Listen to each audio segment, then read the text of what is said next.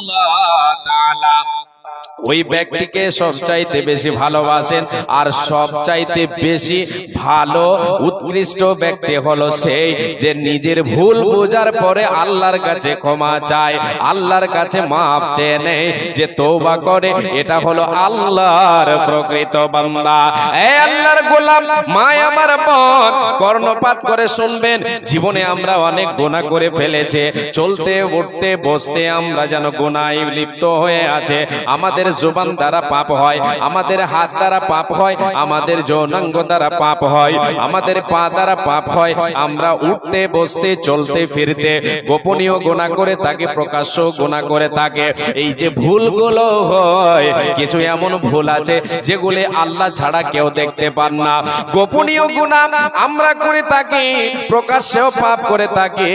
আল্লাহ তাবারাক ওয়া তাআলা বলছেন, বান্দা আয়, চলে আয়, যতগুলো তুই গুনাহ করেছিস আয়, একবার ভুলটা তোর বুঝে নে। ভুলটা বুঝে তুই আমার কাছে আয়, এসে আমার কাছে চা, আমার কাছে ক্ষমা চেয়ে নে। আমি আল্লাহ তোর জীবনের সব গুনাহ মাফ করে দেব তোর জন্য রে বান্দা। আমি রাতের বেলায় রহমতের হাতকে প্রসারিত করে দে, আমি তোমার জন্য ক্ষমার হাতকে প্রসারিত করে দে। দিনের বেলায় তোমার জন্য ক্ষমার হাতটা আমি বিছিয়ে দিয়ে থাকে। আল্লাহর নবী সাল্লাল্লাহু আলাইহি ওয়াসাল্লাম বলেন, ইয়াবসুতু ইয়াদাহু বিল-লাইলি লিয়াতুবা মুসিউন নাহারি ওয়া ইয়াবসুতু ইয়াদাহু বিন-নাহারি লিয়াতুবা মুসিউল লাইলি। আল্লাহর নবী বলেন, আমার আল্লাহ তিনি বান্দাকে maaf করার জন্য, বান্দারা ভুল করবে শয়তানের সঙ্গে এরা লড়াই করবে, শয়তানের সঙ্গে লড়াই করতে গিয়ে শয়তানের ফেরে পড়ে গিয়ে শয়তানের পাল্লায় পড়ে গিয়ে এরা পাপ করে বসবে। পাপ করার পরে আমার কাছে যে ক্ষমা চাইবে রে, এ হলো আমার প্রকৃত বান্দা। নবীজি বলছেন, আল্লাহ তাআলা রাতের বেলায় হাতকে প্রসারিত করে দিয়ে ডাক দেন, আয় রে বান্দা আয়, সারাদিন কত গুনাহ করেছিস, সারাদিন কত ধরনের তোর গুনাহ হয়েছে, হরেক রকম গুনাহ করেছো, সাগীরা কাবীরা গুনাহ করেছো, ছোট বড় পাপ করে নিয়েছো। এসো তোমার গুনার বোঝা নিয়ে আমার কাছে এসো, আমি আল্লাহ রাতের বেলায় তোমার জন্য রহমতের হাত প্রসারিত করেছে, ক্ষমার হাত প্রসারিত করেছে। আয় আয় আয়, দিনে যা গুনাহ করেছিস ক্ষমা চেয়ে নে। এইরকম করে আমার আল্লাহ দিনের বেলায় হাত দুটোকে প্রসারিত করে ডাক দেন, আয় বান্দা বান্দে আয়, জীবনে অনেক পাপ করেছিস আয়, সারা দিন অনেক, সারা রাতে তোমার গোপনীয় পাপ অনেক হয়েছে। এই রাতের পাপ নিয়ে দিনের বেলায় আয়, আয় চলে আয় আমার কাছে ক্ষমা চেয়ে নে, আমি আল্লাহ তোমাকে ক্ষমা করে দেব, আমি আল্লাহ বান্দারে বান্দিরে তোমাকে ক্ষমা করে দেব। নবীজি আমার বলেন, আমার আল্লাহ কতদিন এইরকম হাত প্রসারিত করে রাখবেন? নবীজি বলেন, হাত্তা তাতলু আশ-শামসু মিন মাগরিবিহা, যতদিন পর্যন্ত সূর্যটা, আজকে আমরা দেখি সূর্য পূর্ব দিকে উদিত হয়, সূর্য পূর্ব দিকে ওঠে, পশ্চিম দিকে অস্তমিত যায়, পশ্চিম দিকে ডুবে যায়।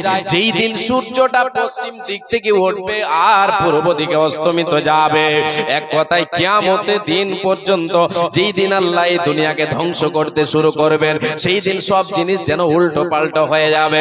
সূর্য পূর্ব দিক থেকে উঠছে, সেই দিন পশ্চিম দিক থেকে উদিত হবে। সেই দিন পর্যন্ত আমার আল্লাহ হাতকে প্রসারিত করে বান্দার জন্য ক্ষমার দরজা খোলা রেখেছেন, বান্দার জন্য তওবার দরজা খোলা রেখেছেন। আল্লাহ বলতে চাইছেন, আয় বান্দা গুনাহ করে মারা যাস না, আমার কাছে ক্ষমা চেয়ে নে, ক্ষমা কর, ক্ষমা চেয়ে নে, আমি আল্লাহ তোরে ক্ষমা করে দেব।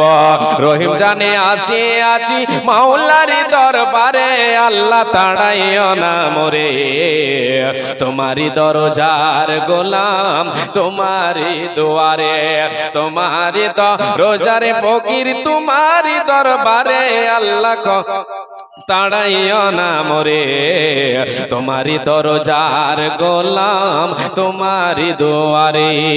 আসিবার কথা ছিল নিয়া নেকির বোঝা, কর্মদোষে আসতে হলো নিয়া পাপের বোঝা। আসিবার কথা ছিল নিয়া নেকির বোঝা, কর্মদোষে আসতে হলো নিয়া পাপের বোঝা। আসামির স্বীকারোক্তি ক্ষমা পাবার তরে আল্লাহ তাড়াইও না মোরে। তোমারই দরজার ফকির তোমারই দোয়ারে আল্লাহ, তোমারই দরজার গোলাম তোমারই দরবারে আল্লাহ তাড়াইও না মোরে। তোমারই দরজার গোলাম তোমারই দোয়ারে।